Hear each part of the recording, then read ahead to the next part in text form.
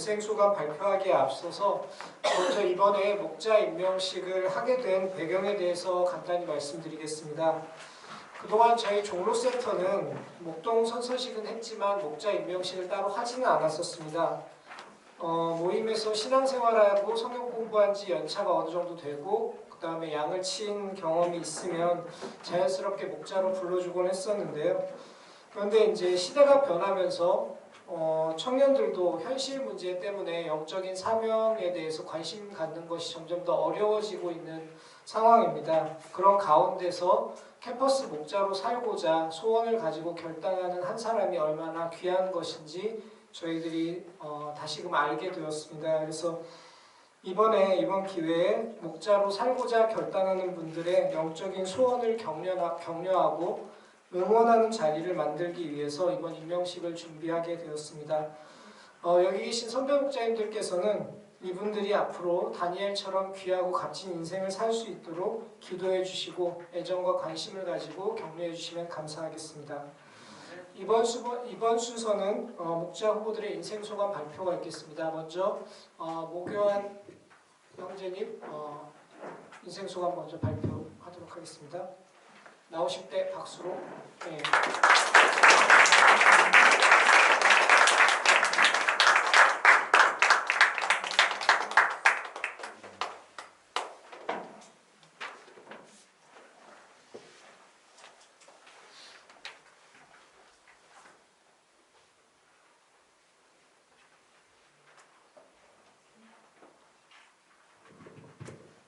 소감을 발표하도록 하겠습니다. 2019년 목자 임명식 인생소감. 그러나 너희는 택하신 족속이요 왕같은 제사장들이요 거룩한 나라요 그의 소유가 된 백성이니 이는 너희를 어두운 데서 불러내어 그의 기이한 빛에 들어가게 하시니에 아름다운 덕을 선포하게 하려 하심이라. 하늘에 계신 하나님 아버지, 이 시간 인생소감을 쓰게 하시는 은혜를 감사드립니다. 저에게 놀라운 죄사함의 은혜와 죄로부터의 자유를 허락해 주시고 예수님을 전파하는 복된 인생을 살도록 불러주심을 감사드립니다.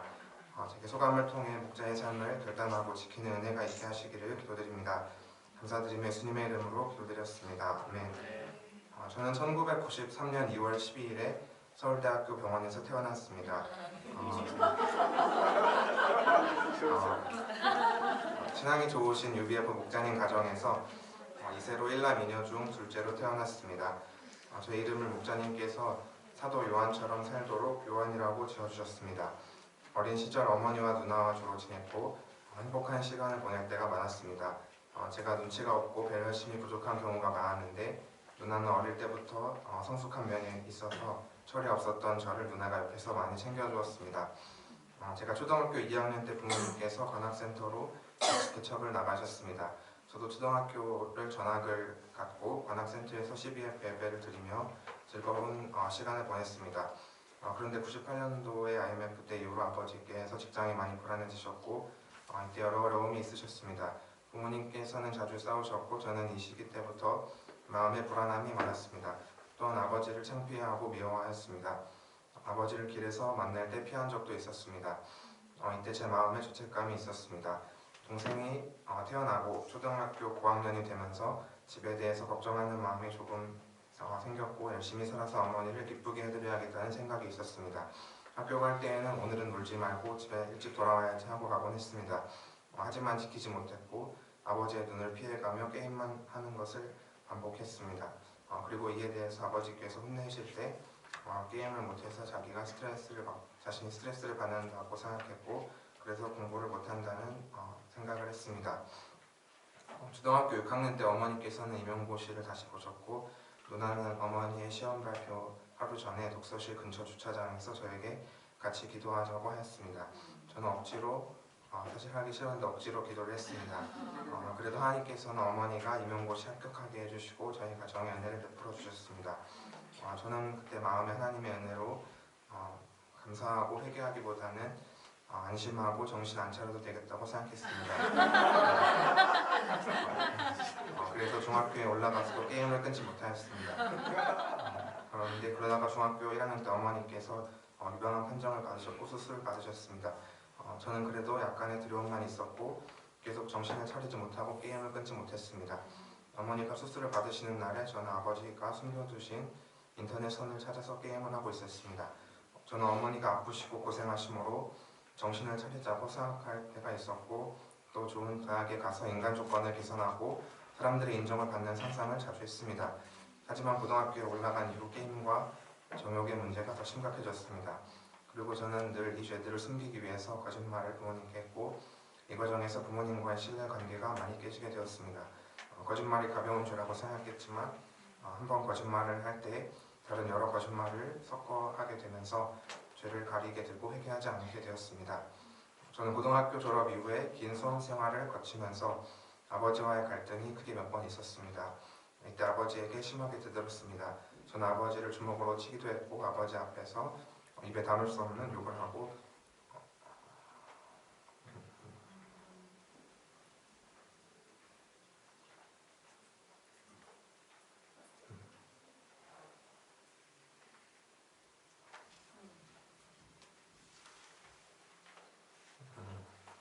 저주하기도 하였습니다. 이렇게 된 이후로 센터에서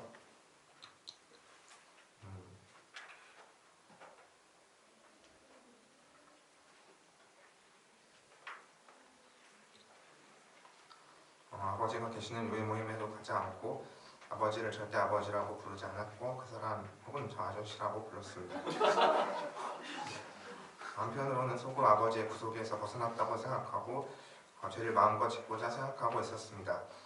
이후 수험 생활 동안에 자기 노력으로 대학에 가려고 했고 공부만 하려고 했습니다. 이때 신앙생활에 부딪히는 부분이 많이 있었습니다.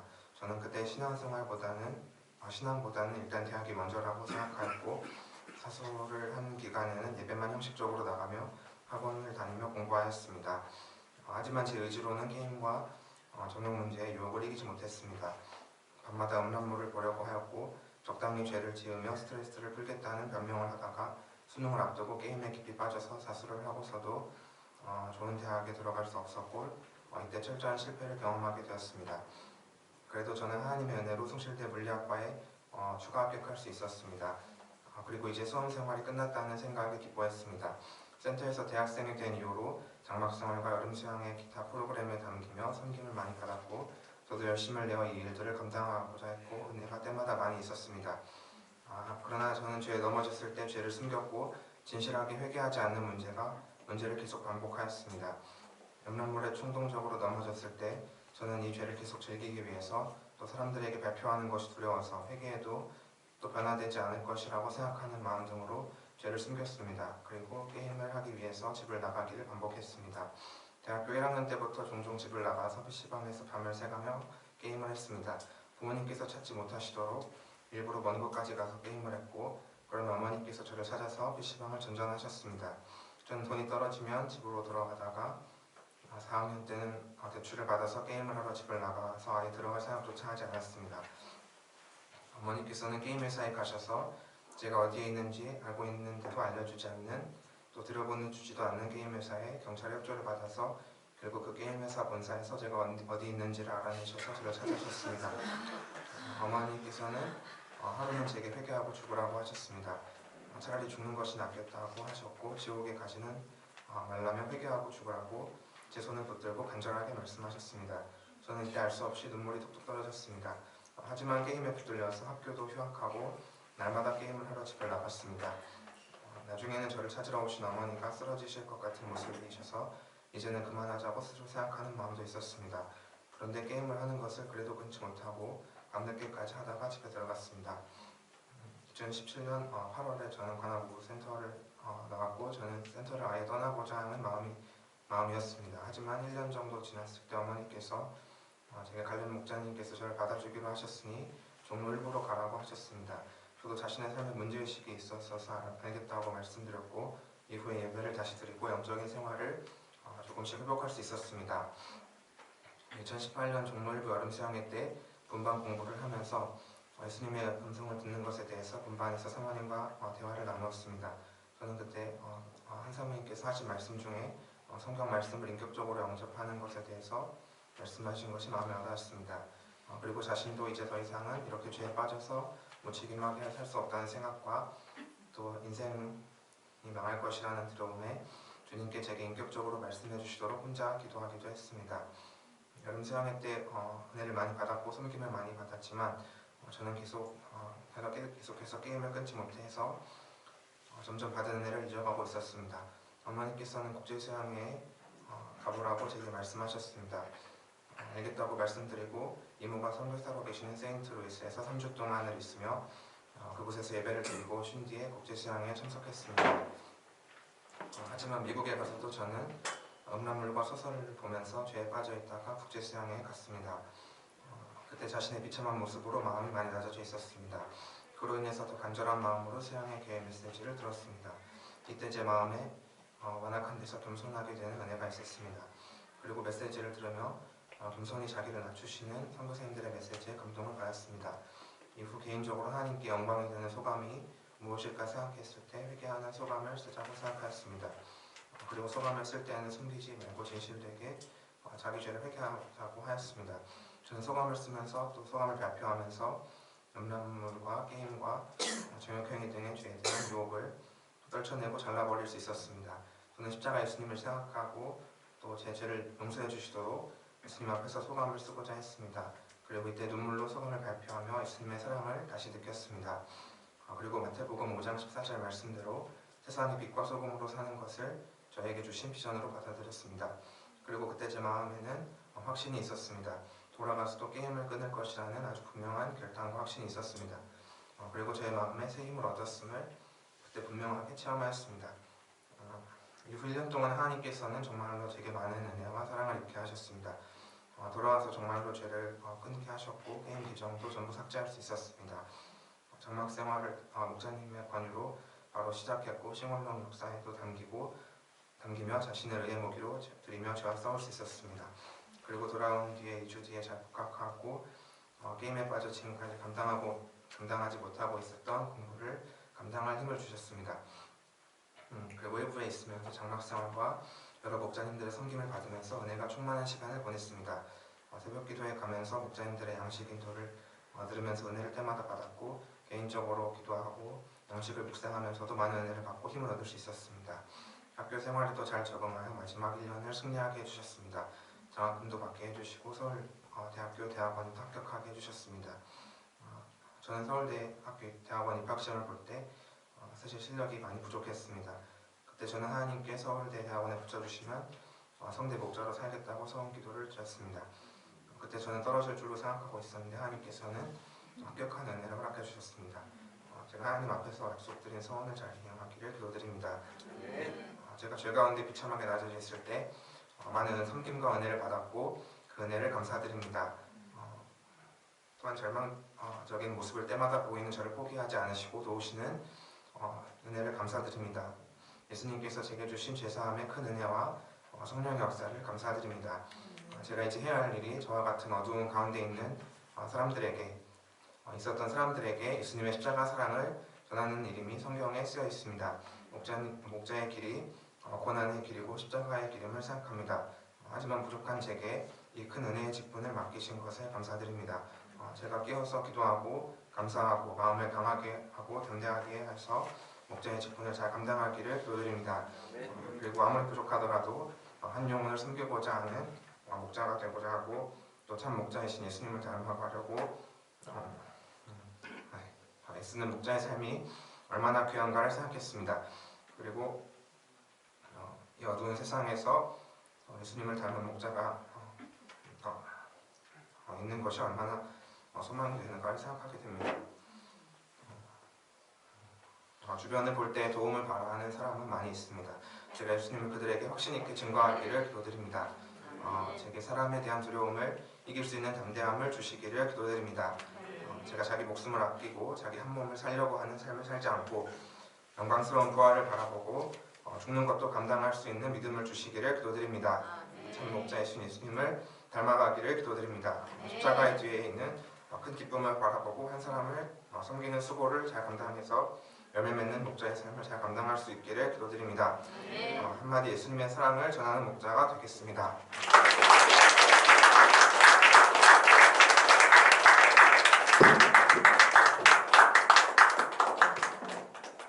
진아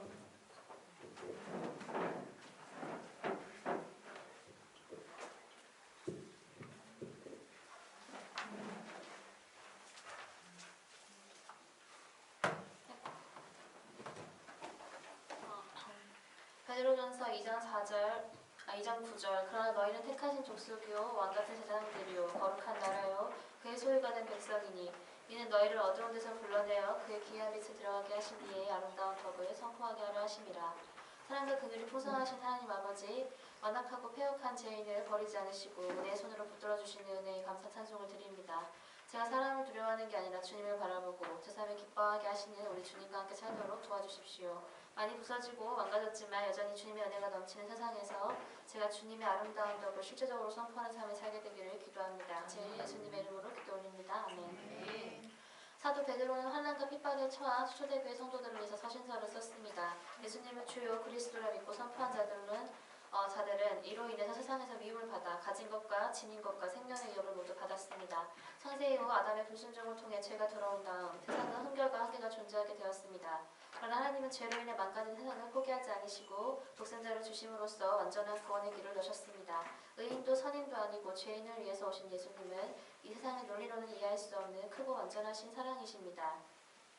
저는 하나님과 아무런 상관없이 죄와 한 모퉁이가 되어 살아가다 죽을 자였으나 주님의 은혜로 부르심을 받아서 말씀 공부를 통해 예수님을 만났습니다. 아버지의 알코올 중독과 가정폭력 그리고 고3 때 드러난 오랜 불륜으로 인하여 헌신을 받을 만한 가치가 없는 자를 위해 너무나 많은 것이 소모되었다 생각하였고 극렬하게 아버지를 미워하고 증오하였습니다. 동시에 안 좋은 상황을 겪으며 제 자신의 마음 안에 무엇이 있는지 들여다볼 수 있게 되었는데 살인이나 미움, 증오, 악독 등 어린 시절부터 마음속에 품고 있던 두려움이나 공포, 슬픔과 맞물려서 인생에 대해 절망하게 만들고 비참하게 여기게 되는 시너지효과가 일어나게 되었습니다. 저는 제 안에 버글내는 폭력을 숨길 생각이 없었으나 저희 목자님은 더 깊은 곳에 있는 저의 절망을 보시고 제게 하나님의 사랑과 은혜와 기적 같은 그분의 능력을 전해주려고 노력하였습니다.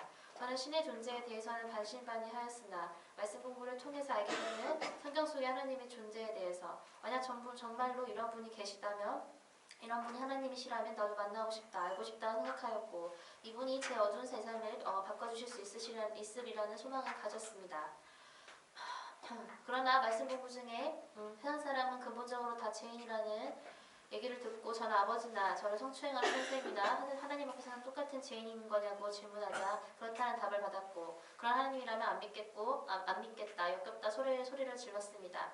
누구 좋으려 하는 용서고 사랑이냐며 죄인의 면피성인 합리화의 도구로 교회가 이용됨을 떠올리고 불신과 분노를 숨기지 않았습니다. 목자님은 그런 저에게 잠잠하게 그리고 간절하게 예수님은 정말로 선하시고 정의로우시고 의로우시고 사랑이신 분이라고 그분 안에는 어둠이 없다고 얘기해 주었습니다. 여름 수양에 제의를 받아 참석하던 제 마음에는 제발 목자님의 말씀대로 예수님이 그런 분이시면 좋겠다 하는 생각이 있었던 반면에 만약 예수님이 제 기준에 받아들일 수 없는 불합리한 분이라면 그대로 내치리라 여기는 마음도 있었습니다. 그러나 2008년 여름 수양에서 진실로 살아계신 예수님을 만나게 되었습니다. 제가 겪었던 삶의 고난과 고통이나 괴로움 등을 모두 이해하시려고 죄인의 자리까지 그리고 십자가에까지 낮아져 오신 예수님을 보았습니다. 그 무력함과 수치와 수모를 겪으시면서도 주님이 저의 죄를 사하시기 위해서 십자가 위에서 몸부림치시는 것을 보았습니다. 내가 겪은 일이 어떤 것인지 직접 겪어보고 나서나 내게 용서든 사랑이든 말하라 비웃던 제 말을 듣고서 직접 세상죄를 직접 겪으시고 짊어지신 십자가의 주님이셨습니다. 저는 그분 앞에서 제가 살아온 모든 날과 품었던 모든 생각들이 전부 다 끔찍한 죄였다는 것을 인정하지 않을 수가 없었습니다. 다른 누구를 찾을 것도 비교할 것도 없이 제가 그분 앞에서 죄인이었습니다. 제가 주님을 못 받고 때리며 상처를 입히고 수모를 주고 오랜 시간 주님을 괴롭게 하였건만 저를 보는 피투성이 되신 주님의 마음은 당신의 안위를 향한 것이 아니라 저를 위해서 저를 불쌍히 여기고 하나님께 대신 기도해 주시는 사랑의 마음이었습니다. 아버지 지나의 죄를 사하여 주시옵소서. 자기가 하는 것을 알지 못함이니이다. 저는 제가 죄인임을 인정하고 주님께 죄송하다고 빌었습니다. 그러자 주님은 저의 모든 죄를 용서해 주셨습니다. 저는 살아계신 하나님의 아들을 실제로 영접하고 이 아재 앞으로의 삶은 절대로 이전과 같지 않으리라고 깨달았습니다. 이후 여러 일들 가운데 은혜로 장막생활을 시작하고 하나님의 사람들의 일상생활이라는 것이 어떤 건지 알고 충격을 받았습니다. 지옥에서 천국으로 옮겨진 것처럼 밝고 편하고 말씀이 있고 인격적인 교제와 교류가 있었습니다. 센터에서 만나는 사람들도 전부 저를 눈빛으로 영접하고 미소로 인사해 주었습니다. 저는 주님과 말씀과 모임에 감격하여 저도 이 목자님들처럼 되고 싶다는 생각을 하며 무럭무럭 영적인 꿈을 키워갔습니다. 이사야서 58장 12절 말씀 내게서 날 자들이 오래 항폐된 꾼들을 다시 세울 것이며 너는 역대에 파괴된 기초를 쌓으리니 너를 일컬어 무너진 데를 보수하는 자라 할 것이며 길을 수축하여 거할 곳이 되게 하는 자라 하리라 말씀을 영접하고 주님의 뜻대로 사람을 살리는 실제적인 목자의 삶을 살고자 방향을 잡았습니다. 그러나 정작 4년 후에 제가 장막장이 되고 장막에서 리더가 되어 양들을 영접하게 되었을 때 저는 저의 율법과 자기 생각과 자기 의로 인해서 마음이 힘들었습니다. 부드럽지만 영적인 질서, 영육 간의 질서와 절도가 분명하게 지켜지던 장막 생활을 체험하고 이를 이상적으로 여겼는데 예수님을 인격적으로 만나는 체험이 아직 부족했던 사람들과 같이 사는 장막 생활은 틀만 장막이었을 뿐 기숙사랑 다름이 아니었습니다. 목자 여럿과 양 하나의 구조로 살았던 제가 저 혼자 목자고 나머지 전부가 양인 상태에서 살려니 저의 허물과 율법과 누더기와 같은 자기애가 그대로 드러나고 제대로 퍼져서 마음이 힘들었습니다. 저는 이렇게 스트레스 받으면서 하느니 장막 생활을 그만두고 싶었지만 상황상 장막을 맡을 다른 리더가 없었고 또 제가 장막을 그만두고 집에서 산다면 저의 영육간의 생활도 무너질 것이 분명하여 그럴 수가 없었습니다. 그러나 결국 나는 목자다. 어쨌든 주님이 나를 이곳으로 부르셨다. 내가 아무리 부족한 모습을 하고 있더라도 주님의 부르심의 은혜가 있는 가운데 목자라는 생각을 하면서 양들과 이리저리 엎치락뒤치락 부딪히고 엉켜가는 가운데 서로에 대해 조금씩 알아가고 인정하게 되면서 각자가 서로 하나님 앞에 서는 은혜의 역사가 있었습니다. 진심이 담긴 교제에 마음문을 여는 이들에게 조금씩 그들 내면 문제에도 듣고 도전할 수 있게 되었습니다. 예레미야서 29장 11절 말씀 여호와의 말씀이니라 너희를 향한 나의 생각을 내가 아나니 평안이요 재앙이 아니니라 너희에게 미래와 희망을 주는 것이니라. 하나님은 두려움이 쉽게 질리는 제게 문제가 저를 낙막해 하는 게 아니며 도우시는 손길을 신뢰하고 주님을 의지하도록 일상에서 훈련해 주셨습니다. 상공의 일소에서 계약직으로 일하는 가운데 많은 변화를 보게 하셨고 생각지도 못하게 한성대에서 조성민, 김호준 형제들과 관계성을 맺고 그들이 군대에 가기까지 말씀 공부를 통하게 되었습니다. 직장생활과 건강 악화, 장막에서의 인간적인 한계들로 인하여 집으로 늘 돌아가고 싶었으나 실패와 고난을 통해서 자신이 실제적으로 부서진 지그릇 조각에 불과하다는 것을 인정하지 않을 수가 없게 되었습니다. 그러나 하나님은 제가 멋진 그릇이 되는 게 아니라 깨끗한 질그릇 조각이 되기를 원하셨습니다. 저는 제 인생을 제 기대와 소망대로 사는 것이 아니라 하나님이 제게 주시는 은혜대로 사는 것을 원하고 있었습니다. 그러나 그렇게 되기 위해서는 먼저 저의 높은 자기 기준, 자기 이상향을 내려놓아야 했습니다. 저는 훌륭한 목자가 되고 싶었고 제 주변의 양들을 전부 예수님의 생수를 먹여서 그들을 살려내는 목자가 되고 싶었습니다. 지금도 그 생각은 변함이 없습니다. 왜냐하면 제가 목자님들에게 주님의 사람들에게 그런 은혜를 받았고 살아났기 때문입니다. 그러나 제 힘으로는 이것이 이루어질 수 없다는 것을 깨닫게 되었습니다.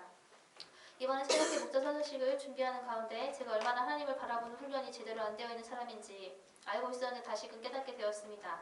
하나님께서는 자신의 헛된 노력이 사그러들고 진짜 주님을 의지하는 간절함이 제게 일상화가 될 수 있도록 저를 도와주시고 계십니다. 이전 장막을 나왔을 때 다 놓아버렸던 말씀들을 다시 하나둘 주워 모으고 있고 일상의 단련에 대해서도 정금 같은 믿음, 하나님의 사랑으로서의 품격을 갖추도록 훈련하는 연단의 도구로 여기고 소화하고자 하고 있습니다. 현재는 이전 장막에서 저를 힘겹게 했던 사람과 아주 흡사한 직장 동료와 함께 근무하고 있습니다. 그를 통해서 하나님은 저의 내면이 세상 사람과 같은지 아니면 다른 점이 있는지를 날마다 발견하게 하십니다. 그러나 이전처럼 도망갈 길이 끊기는 그런 수준이 아니며 주님은 하나님의 사람으로서 제가 이런 문제에 어떻게 대응해야 되는지 또 이를 통해서 제가 어떤 모습으로 빚어져야 하는지를 제가 찾고 깨닫게 되기를 원하십니다. 제가 이전에 저와 같이 어둠 속에서 벗어날 길을 찾지 못해서 괴로워하는 한 영혼을 찾고 만나 그를 하나님의 빛 가운데로 인도하는 사명인의 삶을 제대로 살아가기를 간절히 소망합니다. 제가 제 인생의 답이 되시는 사람 목자이신 예수님을 그의 인생에도 답이 된다 분명하게 말하며 증거하는 자가 될 수 있길 소망합니다. 한마디 주의 긍휼을 입은 자로서 살아가겠습니다.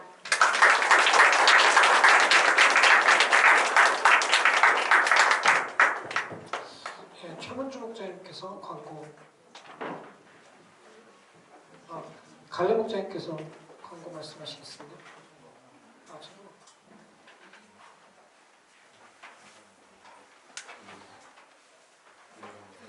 잠깐 반주 좀. 네.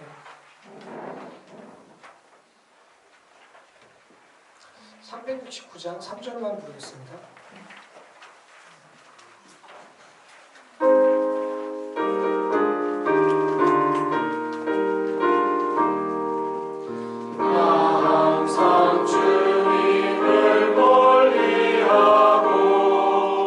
영제를 사랑하지 못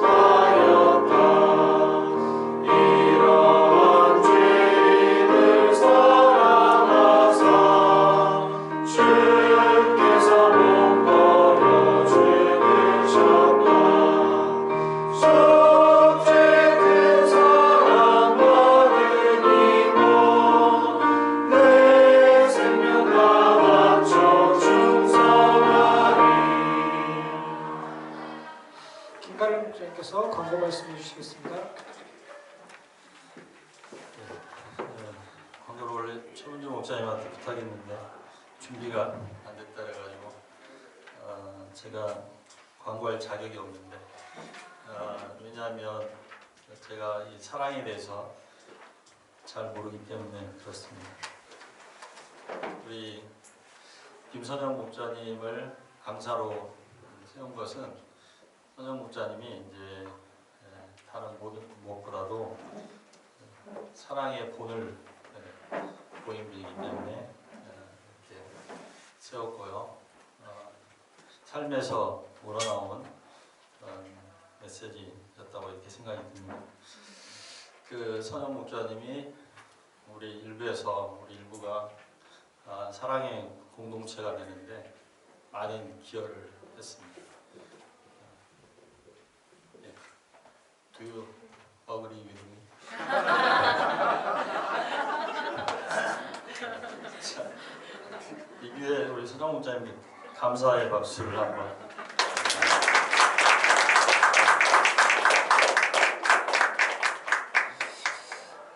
오늘 말씀이 사실은 산소망 그 주제로 많이 공부를 했었는데 뜨겁게 서로 사랑하라 이거로 공부한 적 없었던 것 같아요. 근데 이제 이 주제로 공부한 것은 사랑의 중요성 때문에 그렇습니다. 그래서 우리가 이제 우리 인생을 마치고 하나님께 가서 평가를 받는데 그 평가의 가장 중요한 척도가 뭔가? 그래서 이제 사랑이다. 그리고 이제 사랑을 본문에서는 이제 거룩한 삶의 그 가장 핵심으로 거룩이 뭔가? 거룩이 참 굉장히 포괄적인 말인데 사랑하는 것이 거룩한 것이다. 이렇게 이제 볼 수 있는 것 같아요. 그래서 우리는 이제 그 거짓 없이 사랑할 수 있게 되었습니다. 그것은 예수님 때문인데 이제 진실된 사랑이라는 건 뭐냐면 거짓된 사랑이라는 것은 사랑하는 척하는 것입니다. 그리고 상대방을 이용하는 것이고 상대방을 통해서 자기 만족을 얻는 것이 사랑이라는 이름으로 포장되어 있지만 사실은 그 위선적인 것입니다. 근데 우리가 예수님 없는 삶에서는 우리의 사랑이 그 수준을 벗어날 수가 없어요. 이기심을 깨트릴 어떤 그 모멘텀이 없기 때문에. 그런데 예수님이 어떻게 참 사랑이 뭔지를 보여줬어요. 참 사랑은 바로 상대방을 위해서 상대방을 사랑하는 것입니다. 상대방이 목적이죠. 그러니까 상대방을 통해서 내 만족을 얻으면서 내가 너를 사랑한다고 하는 수많은 사람들이 있는데 그것은 참 사랑이 아닌데 예수님이 우리에게 참 사랑을 가르쳐 주시고 참 사랑할 수 있는 그 동력을 주셨어요. 힘을 주셨어요. 그래서 우리 이제 참 사랑을 알게 됐는데 여기 본문에서는 그 사랑 안에 자라가라 이제 그런 내용입니다. 사랑이 우리가 성장해야 된다. 그리고 주님이 받으시고 칭찬하실 만한 사랑의 사람이 되기를 힘쓰라. 그런 내용이죠. 그래서 본문에서 이제 구체적으로 우리가 이제 소감쓰기도 해야 되고 그러니까 실천적인 면에서 좀 적용을 해보면 그 사랑이 본문에서 사랑하라고 한 그 내용을 보면 우선 사랑받으라고 하지 않았어요. 우리가 아까도 얘기했습니다. 왜 우리가 사랑이 부족한가? 그런 얘기를 했습니다. 우리 모임이 사랑이 부족한 약간의 그 구조를 갖고 있습니다. 그것은 이제 양을 치는 것 때문인데 이제 좀 이렇게 경쟁을 하게 되고 그런 구조로 돼 있어요. 그래서 그런 시스템적인 문제가 없지 않아 있습니다. 그런데 그럼에도 불구하고 이제 그 사랑을 이제 우리가 실천적인 면에서 어떻게 발전시켜 나갈 수 있는가에 대해서 뜨겁게 사랑하라는 말씀이 오늘 제목입니다. 뜨겁게 서로 사랑하라. 뜨겁게 사랑하는 게 뭔가 그 반대를 생각해 보면 밋밋하게 사랑하는 거예요. 요한계시록 그런 내용으로 한번 비교해 보면 그 밋밋하게 사랑하는 것은 결국은 머리에 사랑이 머물러 있는 것인 것 같아요. 그 사랑이 머리에가만 있으면 그 온도가 거의 없어요. 이걸 이제 예수님께 적용시키면 천상에서 내가 너네들을 사랑한다. 천상에 머무르는 사랑이 온도 없습니다. 10도 이하는. 근데 예수님의 사랑이 뜨거운 것은 지상에 오셨어요. 그리고 결국은 죽으셨어요. 죽음이 바로 백도를 완성하는 것입니다. 그래서 뜨겁다는 게 막 누구를 보면 막 안아주고 싶고요. 와, 내가 너를 사랑해. 그런 감정을 말하는 그런 것이 아닌 것 같아요. 그 속임수 위선적인 게 참 많고요. 실제 뜨거운 사랑은 상대방을 위해서 희생을 하는 것이라고 생각합니다. 액션이라고 생각해요. 액션인데 아까 메시지에 그것을 주는 것이라고 표현했습니다. 누군가를 위해서 그 사람이 필요한 걸 주는 겁니다. 거기에 나의 그 사람에 대한 관심과 또 희생이 거기에 담겨 있습니다. 그래서 실제 머리에만 맴도는 사랑은 온도가 없는 사랑이에요. 그래서 우리가 이제 이렇게 서로 무관심한 거 있죠. 그것도 온도가 없는 것입니다. 그리고 사랑이 해야지 이 정도로 온도가 없는 것입니다. 그래서 이제 우리가 구체적으로 주는 삶을 이렇게 살면 좋을 것 같아요. 나는 누구를 위해서 무엇을 줄 수 있을까를 생각해 보면 좋겠습니다. 나는 다른 것은 없고 다른 것이 없기 때문에 기도해 줄 수밖에 없는 경우도 있을 수 있고요. 또 말씀을 줄 수도 있습니다. 아주 적절한 말씀을 줄 수도 있고 또 먹을 것을 사줄 수도 있고 또 김치를 담가서 갖다 줄 수도 있고 뭔가 줄 때 온도가 이제 있는 사랑이다 이렇게 보여져요. 그래서 우리가 이제 오늘 소감을 쓰면서 나는 나의 사랑의 온도를 한번 생각을 해보고 이렇게 머리에만 맴도는 그런 사랑을 하지 않았는가 한번 돌아보면 좋을 것 같습니다. 그리고 내가 어떻게 액션 있는 주는 사랑을 할 수 있을지 한번 찾아보고요. 그렇게 하면 좋을 것 같습니다. 그래서 그리고 이제 서로 사랑에 대해서 사랑을 거부하거나 받기만 하는 것도 이제 문제가 됩니다. 서로 사랑이라고 했기 때문에. 그래서 사랑을 하려고 하는데 거부하는 사람도 있어요. 인사하려고 하는데 인사 안 받고 가버리는 사람도 있습니다. 사랑을 거부하는. 이것도 안 됩니다. 사랑을 서로 사랑하라고 되어 있어요. 그리고 가장 기본적인 거는 이제 받기만 하면 안 되고 줘야 된다는 것입니다. 그래서 우리 인생은 결국 사랑으로 평가받을 것이고 우리 모임에서도 양을 많이 치고 이런 것보다도 사랑이 얼마나 깊이가 있고 너비가 있고 폭이 있는가 이런 사람이 가장 훌륭한 사람이고 또 그런 사람이 이제 존경을 받아야 되고 그렇다고 생각이 듭니다. 그래서 하여튼 많은 얘기를 하면 피곤해 할 테니까 이제 그만하겠습니다. 그런데 제가 마지막으로 우리 느헤미야 선교사님 통해서 그 뜨거운 사랑에 대해서 많이 배웠어요. 그래서 이제 이분이 우리가 목자 모임 하고 있을 때 그 광장시장에 가서 그 빈대떡이니 뭐니 순대니 뭐니 족발이니 사가지고 왔어요. 이분 피곤하거든요. 직장 다니니까. 그리고 자기도 어려운 상황인데 우리를 위로하기 위해서 그 봉지를 4개인가를 들고 이렇게 광장시장 추운 날에 돌아다니다 왔어요. 그래서 이제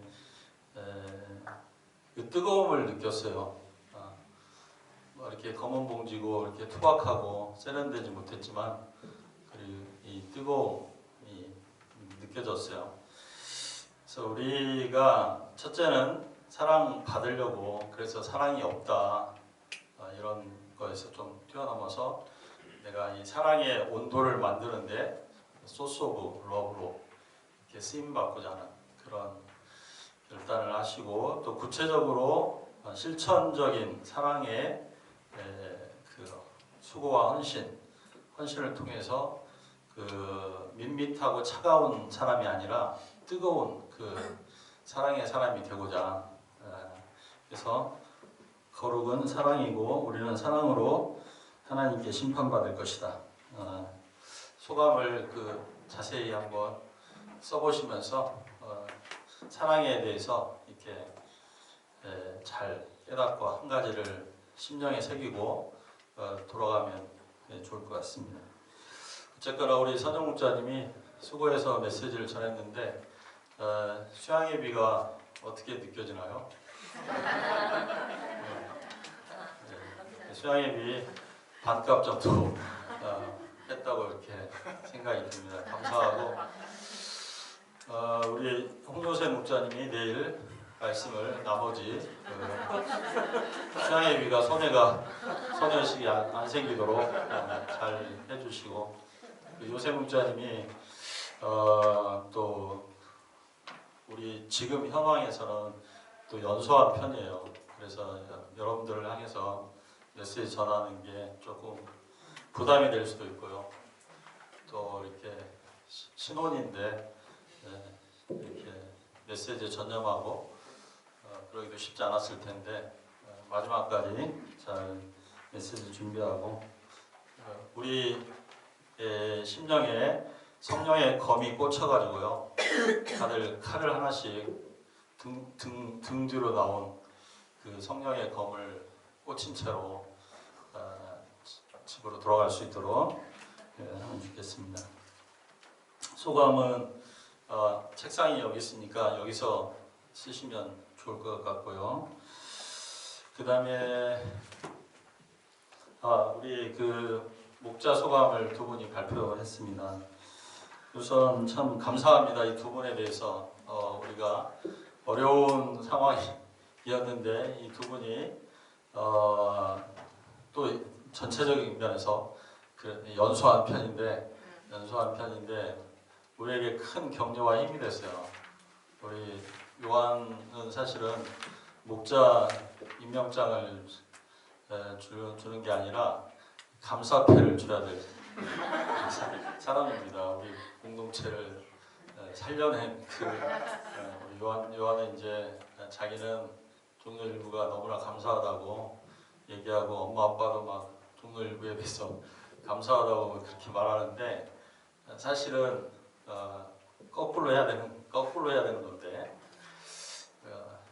또 진화 목자님도 1, 2학년 때부터 와가지고 많은 우여곡절이 있었지만 믿음의 중심을 지키고 지금까지 이렇게 아름다운 교수, 아름다운 처녀가 그 믿음의 중심을 지키면서 하나님의 역사를 섬기고 이런 것이 너무 사실은 저는 감사해요. 감사표를 주고 싶어요. 목자 임명장이 아니라 이 두 분의 소감이 또 진실되고 깊이가 있었어요. 감사합니다. 내일 우리 그 김준규 목자 후보께서 내일 폭탄 같은 소감을 준비하기 위해서 지금 고분분투하고 있습니다. 그래서 우리 준규 목사님도 보통 분이 아닌데요. 내일 소감 발표 잘 하시도록 기도해 주시고, 내일 이제 강의 끝난 다음에 우리 승환 목사님 사회로, 승환 목사님 왜 아까 그런 얘기 했냐면 사회자로 얘기한 게 아니고 교육팀장으로서 얘기한 겁니다. 교육팀장으로 내일 또 목자 임명식 사회를 할 것이고, 그 선서하고 1대1 목자님들이 추천의 말을 할 것입니다. 이 사람이 왜 목자로 불릴 수 있는 사람인가를 그렇게 하고 선서한 다음에 임명하고 기도하고 준비한 그 선물들이 있어요. 선물 있고 또 아주 깜짝 대단한 선물도 있어요. 그리고 이제 악수례하고 이렇게 세리머니를 하고 마치고자 합니다. 예, 혹시 빠진 광고 있습니까? 9시부터 소감 쓰기인데 지금 10분 남은 것 같은데. 숙소 가서 써도 되나요? 예, 뭐 어디서든지 쓰기만 잘 써보십시오. 또요 뭐 센터 예배는 11시에 해요. 센터에서. 근데 가능하면 이리 오라고 좀 얘기 좀 해주세요. 왜냐하면 서울이니까 센터나 거기나 뭐 별 차이가 없는데. 그리고 김주정 목자님이 지금 사모님들 몇 분 태우고 갔는데 다시 내일 아침에 또 올 거거든요. 픽업해서 그때 이렇게 와도 되고, 가능하면 같이 같은 말씀으로 공동체니까 은혜를 받으면 좋을 것 같습니다. 예, 그럼 질문 있으면 김주정 목자님한테 하시고요. 제가 기도한 다음에. 목사님 끝나고 특수 연습 있어가지고 네. 여기서 특수 연습이 있거든요. 아 그래요? 그래서 한 15분 정도 후에 오시면. 예, 그럼 15분 정도 밖에 나가서 담소를 하시든지 커피를 마시든지 15분 후에 들어오시기 바랍니다. 기도하겠습니다. 하나님 아버지, 오늘 김선영 목자님을 우리 가운데 사랑의 본을 보이는 귀한 삶으로 메시지를 전하게 하시고 또 은혜로운 메시지 감사합니다. 귀한 종을 계속하여 사랑의 소스와 같이 사용하시고 이 종이 가는 곳마다 사랑이 넘치고 주님의 사랑과 감동이 넘치는 그러한 영향력이 있도록 도와주시고 축복하여 주옵소서. 하나님 아버지, 또 우리 진아 목자님과 오교환 목자하고 두 분이 진실된 또 소감을 발표하게 하심을 감사합니다. 용들이 수양회를 통해서 더 깊이 주님의 부르심을 받고 우리 모임이나 어떤 조직이 아니라 주님으로부터 목자 임명장을 받아서 어둠 가운데 있는 영혼들을 빛 가운데로 인도하는 데 귀하게 쓰임받는 하나님의 종들이 되게 축복하여 주시옵소서. 주님이 시간부터 이후로 소감을 쓰고자 합니다. 우리가 사랑의 사람인지 또 주님이 뭘 기뻐하시는지 그리고 나의 사랑의 너비와 깊이와 폭이 어떠한지 돌아보고 이 정말 사랑의 사람이 되고자 결단하고 구체적으로 또 이렇게 주는 삶, 희생하는 삶을 살아서 우리 공동체가 뜨거운 사랑의 공동체가 되게 축복하여 주시기를 간절히 기도합니다. 모든 것을 감사드리며 예수님의 이름으로 기도합니다.